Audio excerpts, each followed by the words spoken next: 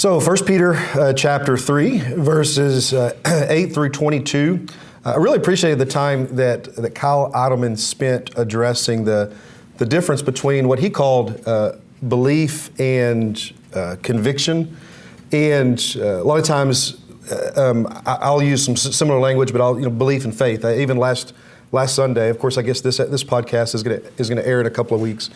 So several weeks ago, on a Sunday morning sermon, we talked about the difference between belief and faith. And belief is crucial, and yet belief is also an intellectual sort of exercise. Whereas faith is actually being obedient to God and putting those beliefs into practice, lived out in a faithful life. And I really appreciated how Idleman uses the language of conviction, the difference, that next step from belief to conviction. And the second thing that he said that really hit home for me was the statement that the opposite of compassion is indifference.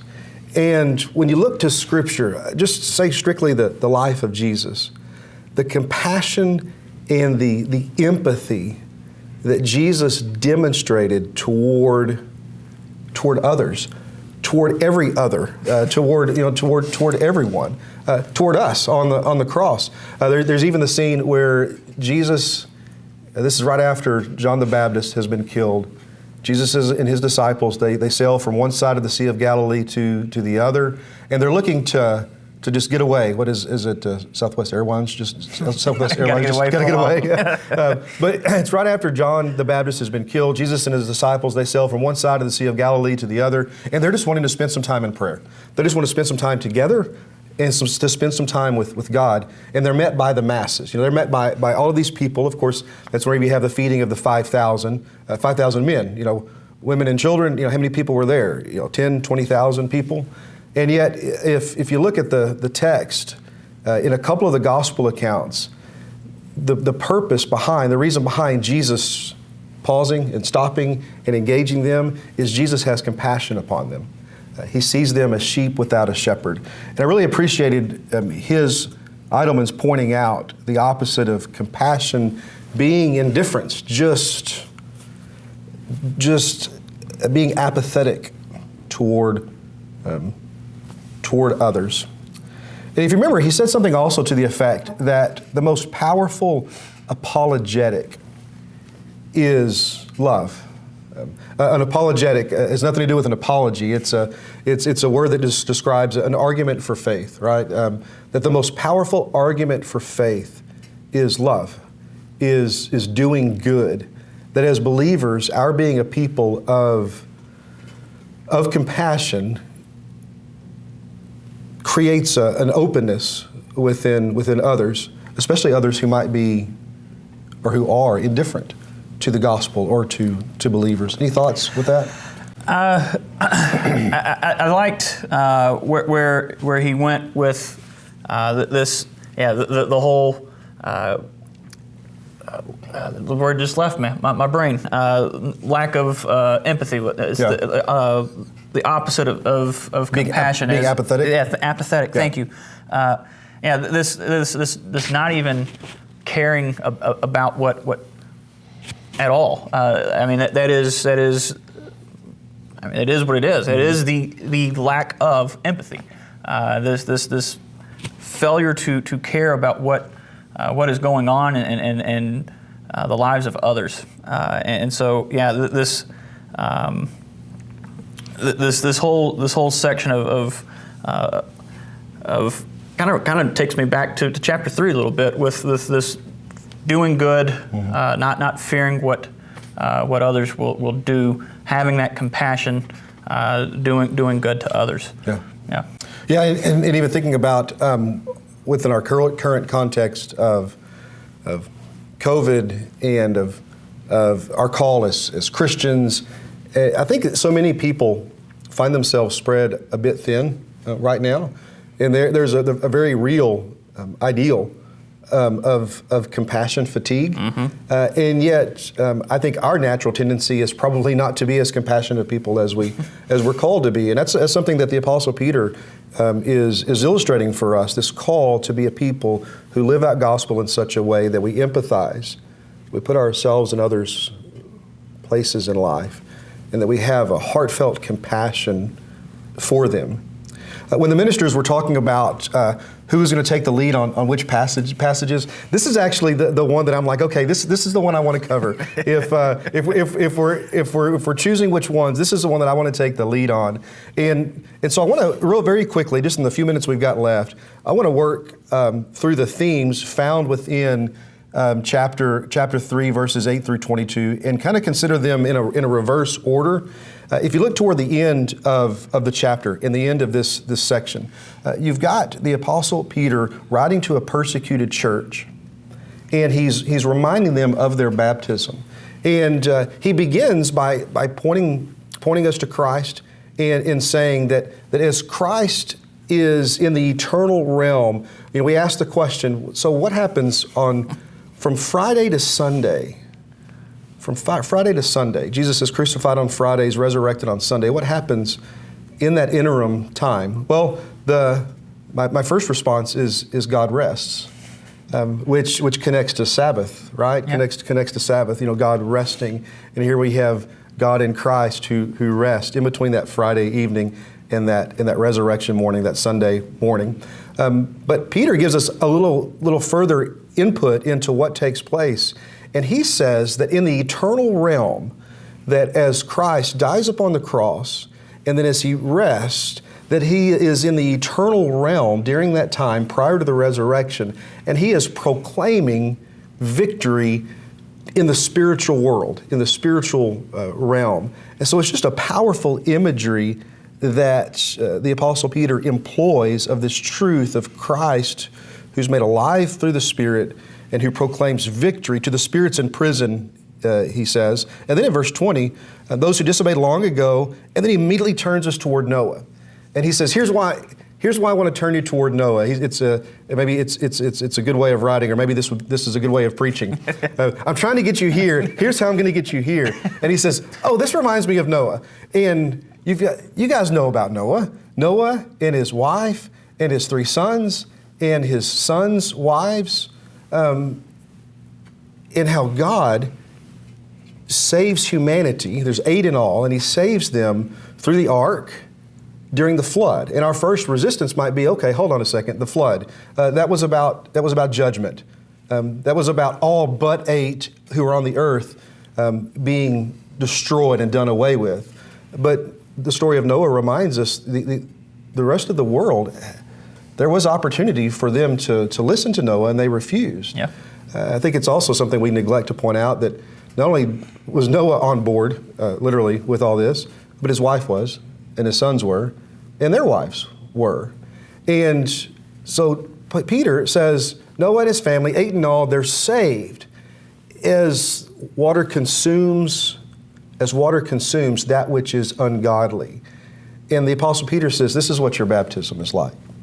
As sin is washed away, as ungodliness is cleansed, and as you submit your life to the gospel of Christ, the gospel which is enacted by Christ dying upon the cross and being resurrected 3 days later, but the cross which is made out of wood, and the ark, the saving agent, which is also constructed out of wood. It's called typology. There's what happens way back here, and it comes flooding forward. That's a bad preacher joke. But it comes flooding forward to what takes place in the gospel itself. The ark, which is made of wood, the cross, which is made of wood, God's avenue for salvation for all of humanity. Any thoughts on that? Well, and again, this idea of suffering. He's talking about this cleansing of sin, this righting of wrong. Obviously, ultimately pointing to Christ and His suffering on the cross. But again, this idea that we're not going to get through this without some suffering of our own, and that again, while it is unpleasant, yes, and I can't imagine how unpleasant it was for Noah and their family. That whole scene sounds terrifying to me. But coming out of that, this new life, this new beginning, and so this scene of the ark and the flood. again, coming right after this talk of suffering and still doing good because this is God's will. This idea of a new life, this clean, purified life out of suffering. Good. Second point that I want to make is found if you look at verse 18. And the Apostle Peter, he makes the statement, Christ died for sins once for all. And so really writing to the Jewish portion of his audience, there's no continual need for sacrifice for sin to be made. Christ made that sacrifice. And so it's Christ who dies for sins once and for all. And then he makes this statement. The NIV says, the righteous for the unrighteous. And maybe at first glance, our tendency might be to think a little more highly of ourselves than we ought. And at first glance, we might think, okay, so Christ died for sins once for all, the righteous for the unrighteous. So there are those who are righteous. A lot of times we include ourselves in that category. And then there are those who are unrighteous. You know those people. And so it's the righteous for the unrighteous, but that completely misses the point. The Apostle Peter says, Christ died for sins once and for all, the righteous, Christ, the righteous one, Christ, for the unrighteous, all of y'all. Are being included in that. And I think verse 18 is one of those places that I wanted to slow it down a little bit and call us to recognize our need for grace, our need for salvation, our need for cleansing. It's the reason why I wanted to work kind of backward through this section, our need for baptism and cleansing and healing and forgiveness to be made new. That's what the flood is, right? It's a renewal of the earth for us to be renewed. Christ died for sins once and for all, the righteous for the unrighteous, the righteous one, Christ, for the unrighteous, you and me. And the final part that I want to point us toward and to leave us with is found in verse 15 of 1 Peter chapter 3. And in the NIV, this is the 84 NIV. I used to think that was like the new thing. It's not new anymore. In verse 15 of 1 Peter 3, in your hearts set apart Christ as Lord. He continues, always be prepared to give an answer to anyone who asks you for the reason for the hope that you have. Always be prepared to give a reason, to give an answer for the hope that you have. I think that there have been times when we've thought, that needs to be like a systematic approach. I need to be able to have point A and point B and point C and point D if I'm communicating with someone else. And as important as biblical knowledge is, I don't think the Apostle Peter has that in mind at all. When asked for the reason for the hope that we have, I think it's a one-word answer, Jesus. And that's what he's wanting to point us toward. Be prepared to give an answer. That answer is Jesus. This is you either get 100 on this test or you get a 0. The answer is Jesus. And I love how he continues and he says, but do this with gentleness and respect. Do this with gentleness and respect to others. In your heart, set apart. The word there could be translated sanctify Christ as Lord. I've seen some that says revere Christ as Lord. Set apart Christ as Lord. Sanctify, revere Christ as Lord. The language that's being utilized here is one of that which is set apart for God's purposes, for God's holy purposes. It's language that's used of Christ. It's language that's used of us. In the Old Testament, it's language that's used of the Jewish people. They're set apart for God's purposes. And so the Apostle Peter says, set apart Christ as Lord in your life. Live your life in such a way that it's evident that Christ is Lord of everything that you hold dear. Any thoughts? This took me, again, this right back to the exile. I'm thinking Hananiah, Mishael, Azariah, before Nebuchadnezzar. He's upset with them. He's threatening to throw them into the furnace. I thought that was Shadrach, Meshach, and Abednego. It is. Okay, gotcha. I don't understand why we refer to Daniel in his Hebrew name and the rest of them in their Babylonian names. So they're standing before him and threatening death, this suffering again, and they tell him, our God can save us from you, but even if He doesn't, we're not going to deny Him. We're not going to worship whatever it is you want us to worship. And it's this this idea of setting apart Christ as Lord. Yeah. They had set apart God as their God. Mm-hmm. They weren't going to back down from that, and that played out in their life, how they went about living as exiles in a foreign land that did not want them. Mm-hmm. And so this idea of setting Christ apart as Lord should be easily discernible in our lives by the way that we go about carrying ourselves and treating others.